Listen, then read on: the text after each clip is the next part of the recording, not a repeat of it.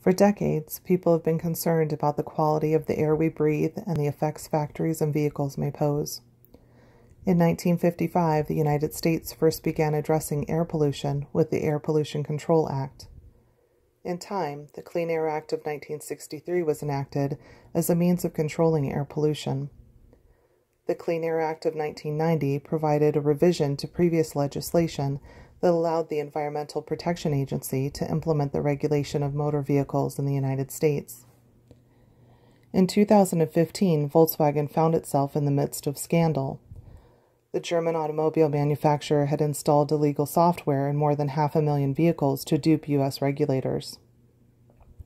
These devices were placed primarily on Volkswagen vehicles manufactured between 2009 and 2015. The device turned off the emission control system in order to ensure that the vehicle's diesel emission would meet the regulations set by the EPA. In fact, these devices would allow the vehicles to release up to 40 times as much of the pollutant nitrogen oxide than is allowed under the Clean Air Act.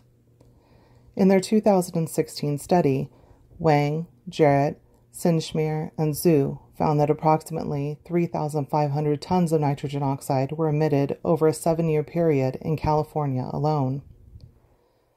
Because of their actions, Volkswagen pled guilty to fraud. The company was ordered to pay fines in excess of $4 billion, which included criminal fines, and will have their overseas activities monitored for the next 3 years. Despite multiple claims filed against the organization and an initial dip in the stock price, Volkswagen has found that their other ventures have helped them to remain an industry leader. Volkswagen has been able to rely on the sales of their other brands, including Audi and Porsche. Although some of the emission control devices were installed on these vehicle brands as well, media attention focused on the Volkswagen brand, and this portion of the business saw the effects.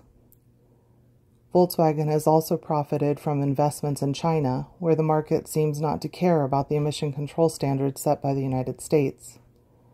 In fact, the Volkswagen Levita was the best-selling sedan in China in 2016. One of the largest effects of the Volkswagen scandal has been the skepticism focused on diesel technology. Studies have shown that air quality is affected by biodiesel, but the unregulated pollutants emitted by biodiesel may also have dangerous effects.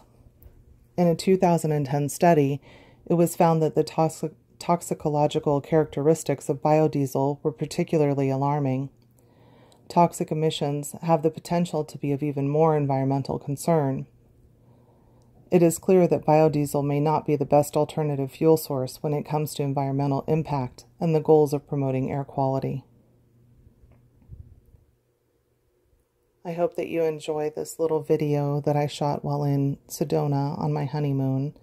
I thought that it was particularly fitting to have this beauty shown in a video about the environment and the effects that business can have on the environment around us. Oh, you guys look like a couple.